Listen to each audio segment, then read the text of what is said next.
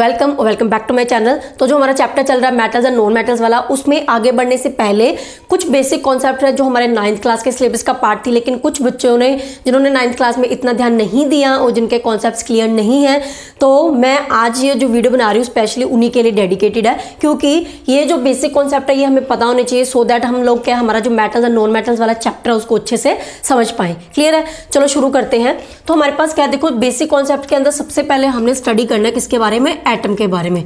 हम लोग क्या है एटम के बारे में देखेंगे। 9th क्लास में इसके ऊपर पूरा चैप्टर था हमारा, स्ट्रक्चर ऑफ एटम। तो इसके अंदर क्या है, पहली बात तो ये कि एटम हमारे होते क्या है? एटम्स होते हैं हमारे स्मॉलेस्ट यूनिट ऑफ मैटर। क्या है? Smallest unit of matter.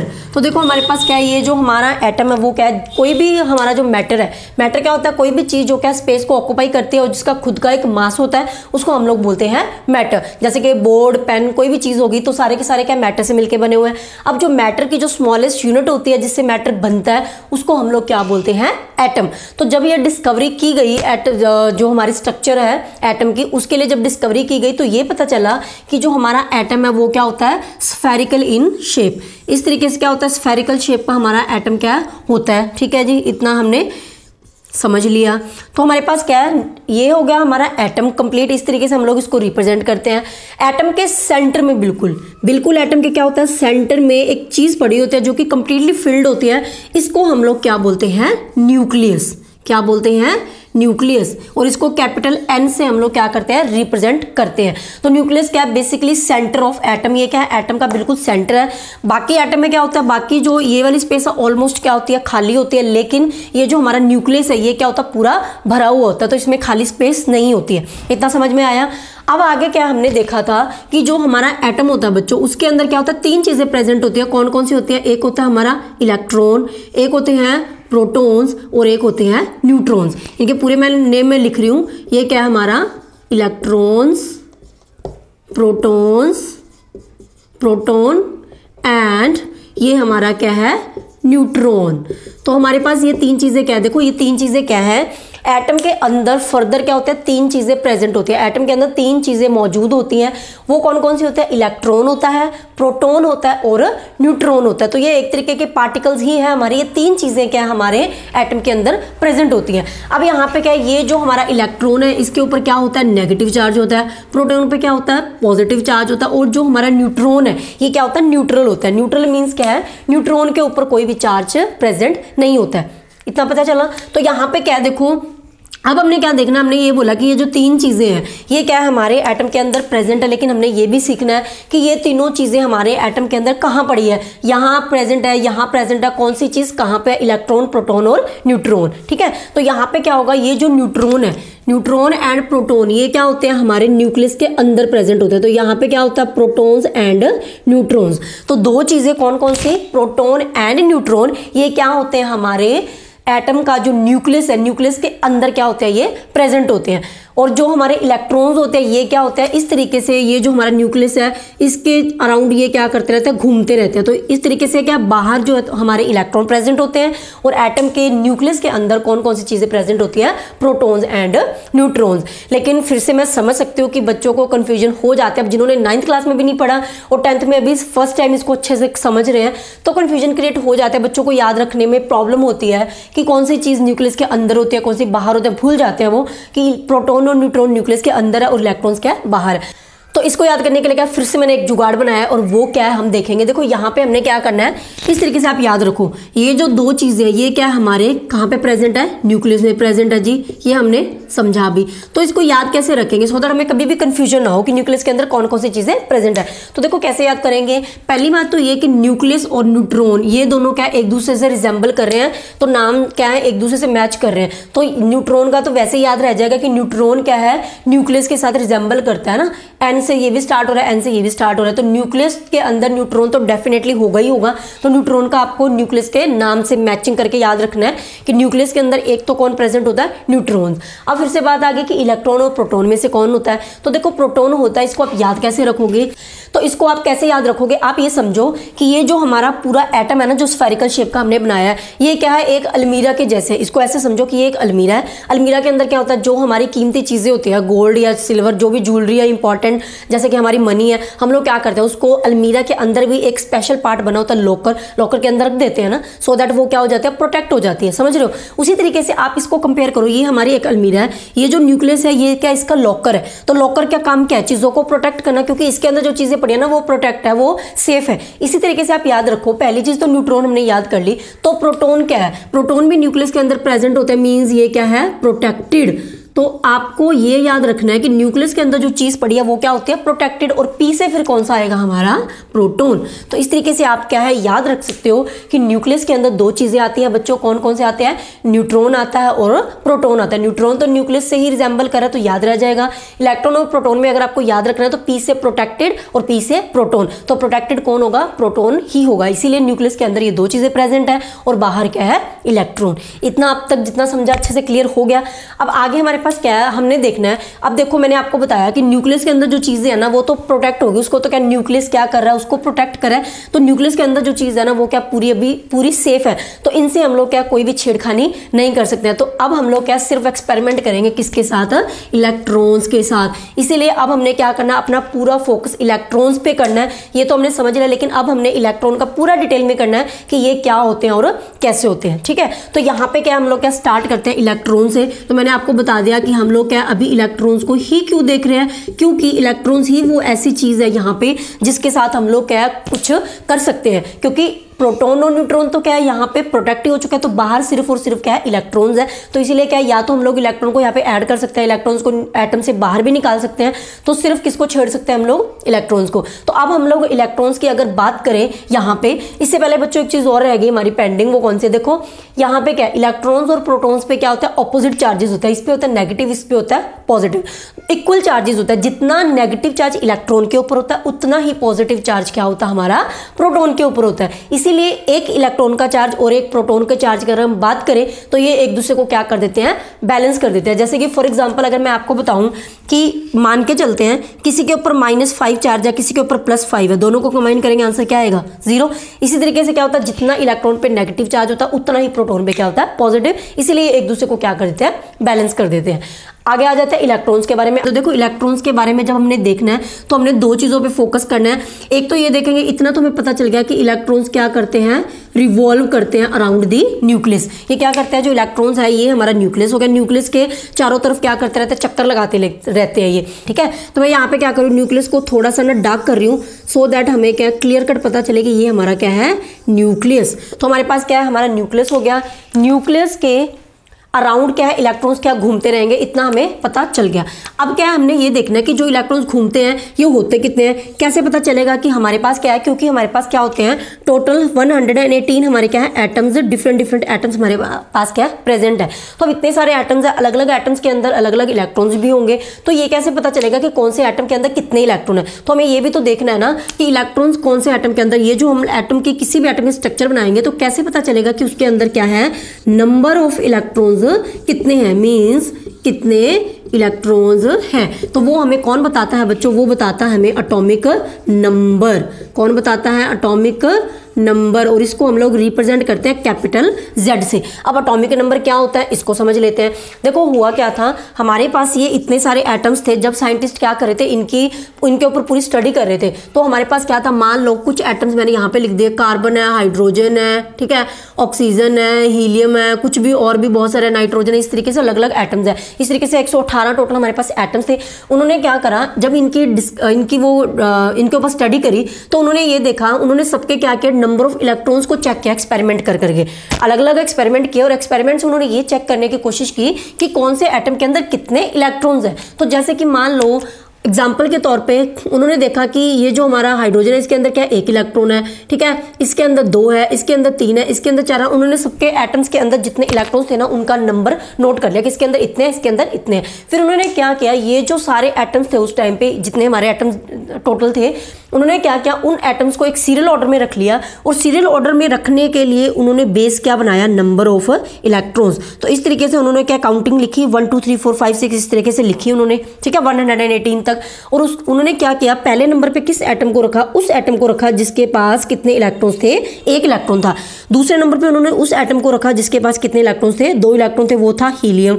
Lithium जो था तीसरा एटम जिसके अंदर 3 इलेक्ट्रॉन थे। दैट मीन्स उन्होंने क्या है, इन एटम की जो पोजीशन है वो वही रखी जितने नंबर ऑफ इलेक्ट्रॉन्स उनके अंदर प्रेजेंट थे। और इसी पोजीशन को ही हम लोग क्या, इसी नंबरिंग को हम लोग क्या बोलते हैं, एटॉमिक नंबर, जिसको कैपिटल Z से हम लोग क्या करते हैं, रिप्रेजेंट करते हैं। इतना क्लियर हुआ? तो इसलिए मैंने बोला कि एटॉमिक नंबर हमें क्या बताता है, नंबर ऑफ इलेक्ट्रॉन्स के बारे में बताता है। क्योंकि हमने क्या करना है, अगर मान लो हमने इस पीरियोडिक टेबल में देखना है, इस सीरीज में देखना है, तो 6 नंबर पे जो भी XYZ कोई भी एटम पड़ा है, तो अगर वो 6th नंबर पे है, दैट मीन्स क्लियर है कि उसके अंदर कितने इलेक्ट्रॉन्स है, 6 इलेक्ट्रॉन्स क्या उसके अंदर प्रेजेंट है। समझ में आया? इसीलिए उन्होंने क्या क्या सीरियल ऑर्डर इसी तरीके से बना दिया, सो दैट हमें क्या याद, नंबर देख के पता चल जाए कि उसके अंदर क्या कितने नंबर ऑफ इलेक्ट्रॉन्स है, और उस नंबर को, उस पोजीशन को हम लोग क्या बोलते हैं, एटॉमिक नंबर। उसको रिप्रेजेंट किया जाता है कैपिटल Z से।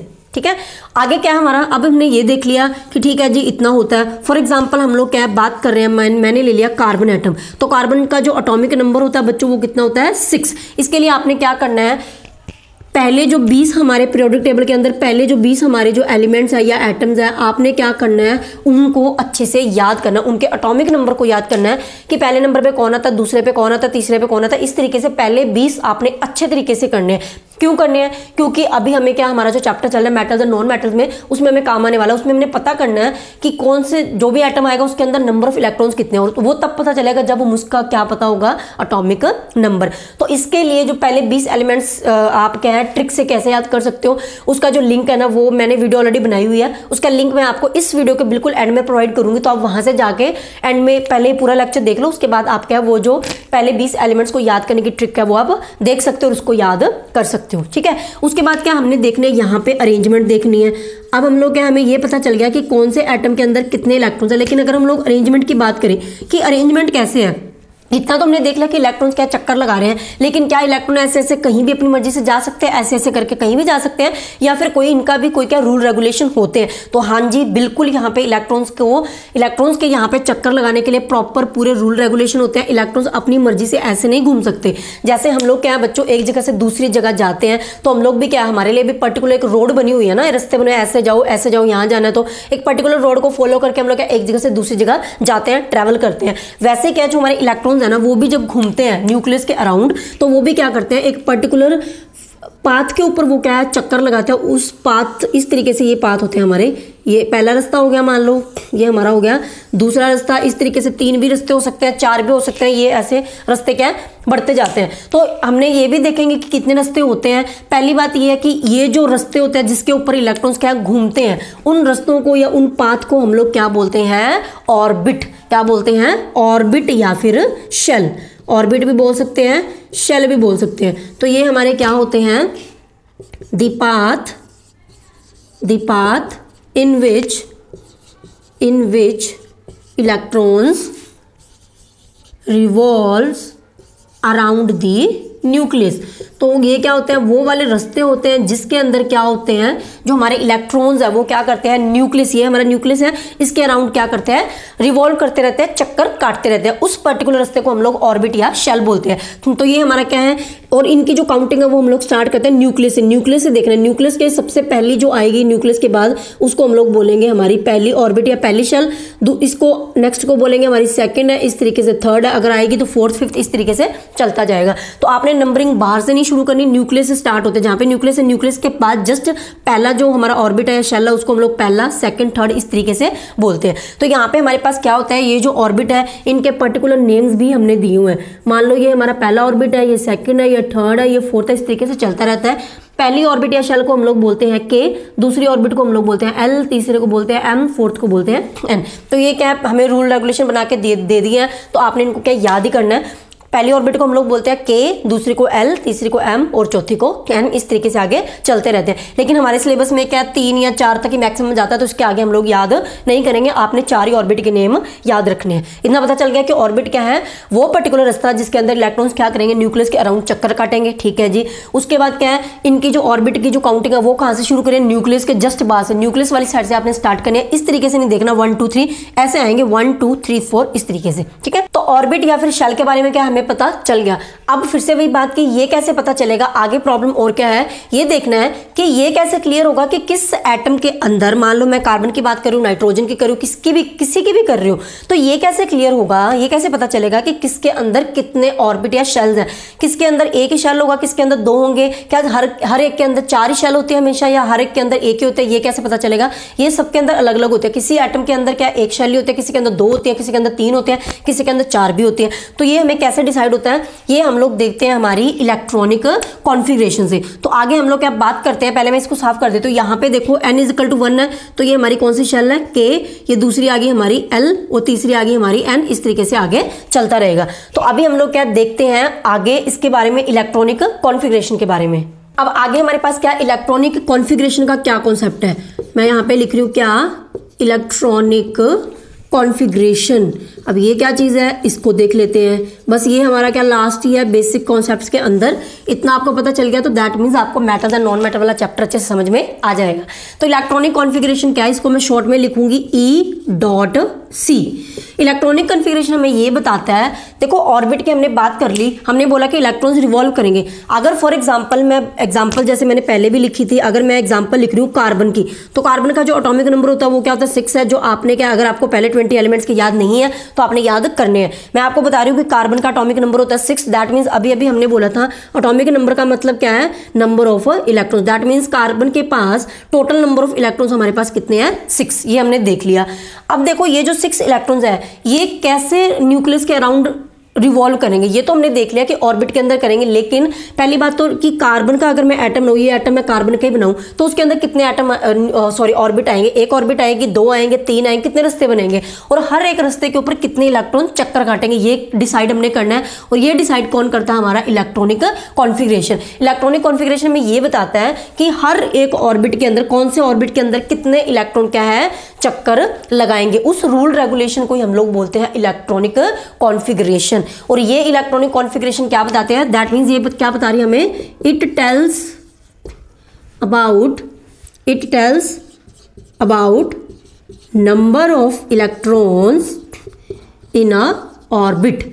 तो एक ऑर्बिट के अंदर कितने इलेक्ट्रॉन्स हैं, डिफरेंट ऑर्बिट के अंदर कौन कितने इलेक्ट्रॉन रिवॉल्व करेंगे, ये हमें बताता है इलेक्ट्रॉनिक कॉन्फ़िगरेशन। तो इलेक्ट्रॉनिक कॉन्फ़िगरेशन का जो रूल है, वो रूल क्या है, रूल हमने याद करना है, वो क्या है, इलेक्ट्रॉनिक कॉन्फ़िगरेशन का रूल ये है कि पहली शेल के अंदर मैक्सिमम क्या होता है, 2 ही इलेक्ट्रॉन्स क्या है चक्कर लगा सकते हैं, दूसरे के अंदर मैक्सिमम 8 इलेक्ट्रॉन्स आ सकते हैं, तीसरी शेल के अंदर मैक्सिमम 8 इलेक्ट्रॉन्स आ सकते हैं, फोर्थ के अंदर 18 आ सकते हैं, अगर 5 हुई तो उसके बाद भी 18 आ सकते हैं, उसके बाद 32 आ सकते हैं। इतने बहुत है हमारे लिए। तो क्या बनाया मैंने यहाँ पे लिखा कि इलेक्ट्रॉनिक कॉन्फ़िगरेशन का ये रूल है। रूल क्या कहता है, ये हमारी क्या है पहली शेल है, ये हमारी क्या है K, दूसरी शेल को हमने क्या बोला था L, तीसरे शेल को हम लोग क्या बोलते हैं M और फोर्थ को हम लोग क्या बोलेंगे N। इस तरीके से चलता जाएगा। तो हमारी जो पहली ऑर्बिट है, मैंने आपको बताया न्यूक्लियस से पहली ऑर्बिट क्या ये है ना, तो पहली ऑर्बिट के अंदर रूल ये कहता है कि पहली ऑर्बिट के अंदर मैक्सिमम कितने इलेक्ट्रॉन्स घूम सकते हैं, सिर्फ और सिर्फ 2। पहले ऑर्बिट के अंदर, पहले रास्ते के अंदर सिर्फ 2 ही इलेक्ट्रॉन आ सकते हैं, 3 इलेक्ट्रॉन्स नहीं आ सकते, ये हमारा रूल है। तो यहाँ पे क्या है, दैट मीन्स पहले रास्ते के अंदर सिर्फ और सिर्फ 2 ही इलेक्ट्रॉन आएंगे। अगर किसी के पास इलेक्ट्रॉन ज्यादा है, मान लो यहाँ पे 6 इलेक्ट्रॉन्स है, तो 2 तो यहाँ पे आ गए, अभी भी इसके पास 4 बाकी पड़े हैं ना, तो इसीलिए क्या है, जो नेक्स्ट है वो क्या अगले शेल में जाएंगे। तो ये जो हमारी शेल या फिर ऑर्बिट है, इसके अंदर मैक्सिमम कितने आ सकते हैं 8। तो ये रूल कहता है कि इसके अंदर कितने आएंगे 8, 1 2 3 4 5 6 7 8।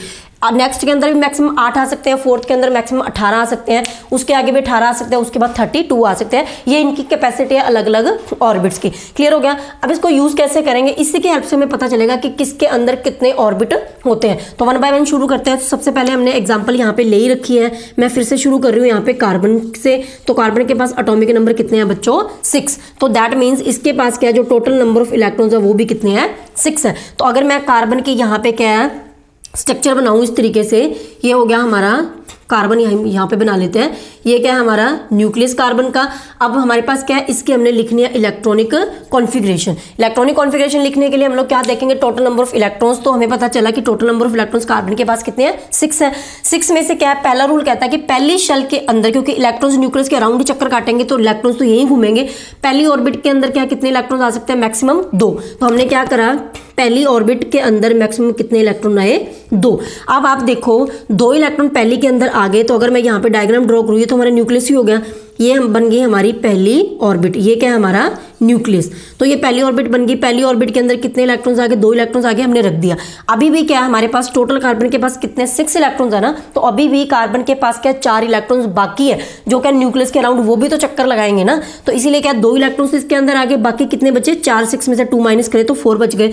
अब वो जो 4 इलेक्ट्रॉन्स है वो फिर क्या जाएंगे, दूसरे ऑर्बिट या शेल के अंदर चले जाएंगे, इसीलिए यहाँ पे फिर से क्या एक और ऑर्बिट या शेल बनेगी। तो इसमें क्या होगा, इसमें 2 आए, नेक्स्ट के अंदर मैक्सिमम 8 आ सकते थे, हमारे पास तो 8 से कम है, तो 4 के 4 इलेक्ट्रॉन्स क्या सेकंड ऑर्बिट के अंदर आ जाएंगे। तो इस तरीके से क्या है, इसी को हम लोग बोलते हैं इलेक्ट्रॉनिक कॉन्फ़िगरेशन। जब भी हमने नंबरिंग लिखना है, इनको कोमा से सेपरेट करना है, और इस रूल के अकॉर्डिंग हम लोग क्या इनकी इलेक्ट्रॉनिक कॉन्फ़िगरेशन लिखेंगे। तो इस तरीके से क्या दूसरे शेल के अंदर मैक्सिमम कितने इलेक्ट्रॉन्स आएंगे, 4, 1 2 3 4। तो दैट मीन्स कार्बन की इस तरीके की क्या है एटम की स्ट्रक्चर है, जिसके अंदर क्या है, अब कार्बन के अंदर नंबर ऑफ शेल्स कितने बने, तो अगर आपसे पूछे कि नंबर ऑफ शेल्स या ऑर्बिट कितने हैं कार्बन के अंदर, कितने हैं 2, ये भी कैसे पता चला, इलेक्ट्रॉनिक कॉन्फ़िगरेशन से। तो आपने ऐसे काउंट कर लेना 1 और 2 जितने कोमा लगा के लिखे हुए हैं। और एग्जाम्पल को डिस्कस कर लेते हैं।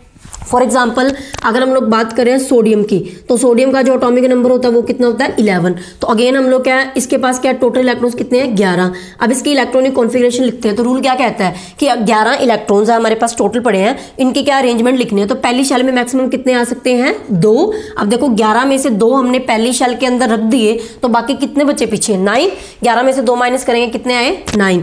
9 में से क्या मैक्सिमम सेकंड ऑर्बिट के अंदर सिर्फ 8 ही इलेक्ट्रॉन जा सकते हैं, 9 नहीं जा सकते। तो हम लोग क्या करेंगे, जो बाकी के 9 इलेक्ट्रॉन्स बचे हैं उसमें से सिर्फ और सिर्फ 8 ही इलेक्ट्रॉन है जो दूसरे ऑर्बिट के अंदर क्या आ सकते हैं, उससे ज्यादा नहीं आ सकते, ये हमें रूल कहता है। क्लियर हुआ। तो इसीलिए क्या हमारे पास सेकंड के अंदर हम लोग क्या करेंगे 8 इलेक्ट्रॉन रखेंगे। थे हमारे पास 9, लेकिन हमने कितने रखे 8, क्योंकि रूल ये कहता है कि इसकी सेकंड ऑर्बिट की मैक्सिमम कैपेसिटी कितनी है 8 इलेक्ट्रॉन्स की है। तो अभी भी हमारे पास क्या है 1 इलेक्ट्रॉन बचा, 9 में से 8 को हमने दूसरे पर रख दिया, तो वो जो 1 इलेक्ट्रॉन बचा वो फिर कहां चला जाएगा तीसरी ऑर्बिट या शेल के अंदर। इसी को हम लोग बोलते हैं इलेक्ट्रॉनिक कॉन्फ़िगरेशन। ये जो लिखा है 2 8 1, इस तरीके से हमने क्या करना है अलग अलग एटम्स की या एलिमेंट्स की हमने क्या लिखने इलेक्ट्रॉनिक कॉन्फ़िगरेशन। ठीक है। तो अगर मैं इसकी डायग्राम बनाऊं तो यहाँ पे क्या ये होगा हमारा न्यूक्लियस, पहली ऑर्बिट है, पहली ऑर्बिट के अंदर क्या है 2 इलेक्ट्रॉन, क्रॉस से मैंने इलेक्ट्रॉन शो किए हैं। ठीक है। अगले के अंदर क्या आएंगे 8 1 2 3 4 5 6 7 8, और यहाँ पे क्या अभी भी एक ऑर्बिट और बनेगी जिसके अंदर कितने इलेक्ट्रॉन्स पड़े हमारे 1। ठीक है। तो दैट मीन्स क्या है सोडियम के पास कितने टोटल नंबर ऑफ ऑर्बिट्स है हमारे 3, जबकि हमारे पास कार्बन के पास कितने थे 2। तो ये कितने ऑर्बिट कौन से एटम के पास हैं और कितने कैसे उनकी अरेंजमेंट है, ये सारा कुछ हमें कौन बताता है, हमारी इलेक्ट्रॉनिक कॉन्फ़िगरेशन ही बताती है। इलेक्ट्रॉनिक कॉन्फ़िगरेशन आप तभी लिख पाओगे बच्चों अगर आपको ये जो हमारे पहले 20 एलिमेंट्स हैं उनके क्या है एटॉमिक नंबर याद है, जो मैं आपको बता रही थी, तो आपने वो अच्छे से जरूर करना है। एक और एग्जाम्पल अगर हम लोग ले लेते हैं, यहाँ पे मान लो कि क्या आ गया हमारा सल्फर। तो सल्फर का एटॉमिक नंबर होता है 16। कितना एटॉमिक नंबर है 16। तो टोटल नंबर ऑफ इलेक्ट्रॉन्स हो गए हमारे 16। तो इलेक्ट्रॉनिक कॉन्फ़िगरेशन अगर मैं लिखूं तो पहली शेल के अंदर 16 में से कितने इलेक्ट्रॉन जाएंगे 2, बाकी कितने बचे 14। 14 में से हमने सेकंड ऑर्बिट के अंदर कितने रख सकते हैं 8 ही रख सकते हैं, ये हमें रूल कहता है। तो हमने यहाँ पे रख दिए 8। तो 10 इलेक्ट्रॉन्स को हम लोग डिस्ट्रीब्यूट कर चुके हैं। अभी भी क्या है हमारे पास कितने इलेक्ट्रॉन्स बचे हैं, पीछे 6 इलेक्ट्रॉन्स अभी भी पेंडिंग है जिनको हमने अरेंज करना है। वो भी तो न्यूक्लियस के अराउंड चक्कर लगा रहे हैं। तो मैक्सिमम अगले में कितने आ सकते हैं मैक्सिमम 8, हमारे पास अभी कितने बचे सिर्फ 6। तो 6 के 6 इलेक्ट्रॉन्स क्या तीसरी शेल के अंदर आ जाएंगे। तो इस तरीके से हमने क्या करना है इनकी इलेक्ट्रॉनिक कॉन्फ़िगरेशन को लिखना है। तो अगर आपने क्या 9th क्लास के अंदर बिल्कुल भी ये काम नहीं किया है तो आपने अच्छे से इस लेक्चर को देखना है और प्रॉपर इसके नोट्स बनाने हैं, और आपने क्या इलेक्ट्रॉनिक कॉन्फ़िगरेशन जो पहले 20 एलिमेंट्स है सबकी क्या लिख लिख के देखने हैं। तो मैं आपको यहाँ पे होमवर्क दे देती हूँ, आप ट्राई करके देख सकते हो। ठीक है। आपने लिखना है एल्यूमिनियम का, आपने लिखना है बोरोन की इलेक्ट्रॉनिक कॉन्फ़िगरेशन, आपने लिखनी है नियोन की, और आपने लिखनी है कैल्शियम की। तो ये क्या है 4 एटम्स की आप क्या ट्राई करके देखो, एलिमेंट्स की कॉन्फ़िगरेशन आपको लिखनी आती है। सो अगर आपका कोई भी डाउट है तो let me know in the comment section.